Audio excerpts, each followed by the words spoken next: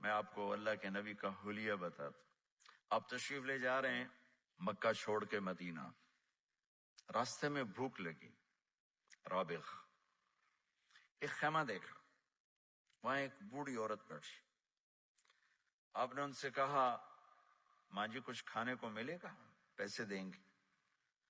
اس نے کہا بیٹا بارش نہیں ہوئی، کچھ بھی نہیں ہے، قحط ہے، کھانے کو بھی نہیں ہے، پینے کو بھی نہیں ہے۔ تو ایک بکری کھڑی تھی، بالکل کمزور، اس کے جسم پر صرف کھال تھی۔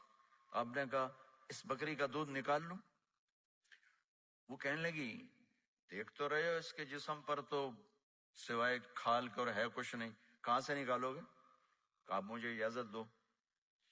اب چونکہ ایک عجیب سا واقعہ ہو رہا ہے کہ ایک ایسی بکری سے دودھ نکالنے کی بات ہو رہی ہے جو چل بھی نہیں سکتی، تو بڑھی آپ کو ایسے غور سے دیکھنے لگی کہ یہ کون ہے، یہ کون ہے جو اس مری ہوئی بکری سے دودھ نکالنا چاہتا ہے؟ تو غور سے دیکھ رہی، تو آپ آنکھوں میں سما گئے۔ پھر اس نے اس کو بیان کیا، آپ نے اس بکری کے تھنوں کو پکڑا تو لٹک کے نیچے آ گئے، دودھ سے بھر گئے۔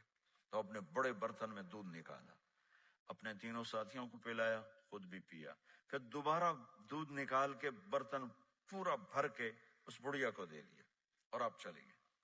شام کو اس کا خامد آیا ابو معبد، انہیں کہا ام معبد یہ دودھ کہاں سے؟ کہا اس بکری کی۔ کہا پاگل ہے، یہ تو چل نہیں سکتی، اس کا دودھ کہاں سے آ گیا؟ کہا ایک نوجوان آیا تھا، اس کے ہاتھوں میں کوئی تاثیر تھی، جادو تھا، جس سے یہ دودھ نکلا ہے۔ وہ کہنے لگا ان عتیلی، بتاؤ وہ کیسا تھا؟ شاید آپ نے کبھی سنا نہ ہو اپنے نبی کا حلیہ، میں بتانا چاہتا ہوں ہمارے نبی کیسے تھے۔ کیا اماں الفاظ بول گئی، آج تک عالم تھک گئے ترجمہ کرتے ہوئے۔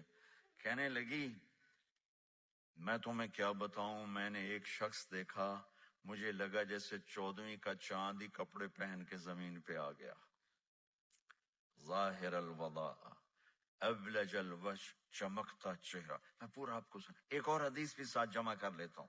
عظیم الہامہ، خوبصورت سر پڑا، شدید و سواد الشعر، سیاہ کالے بال، عظیم الہامہ، سر خوبصورت گولائی میں، واسع الجبین، کھلا ماتھا، ازہر اللون، کلیوں جیسا خوبصورت رنگ، چمکتا ہوا۔ پھول میں چمک تھوڑی ہو جاتی، کلی میں زیادہ ہوتی، کلیوں جیسا رنگ چمکتا ہوا۔ ازج الحواجب، یہ بڑے خوبصورت گول۔ تو آج کل کیسے یہ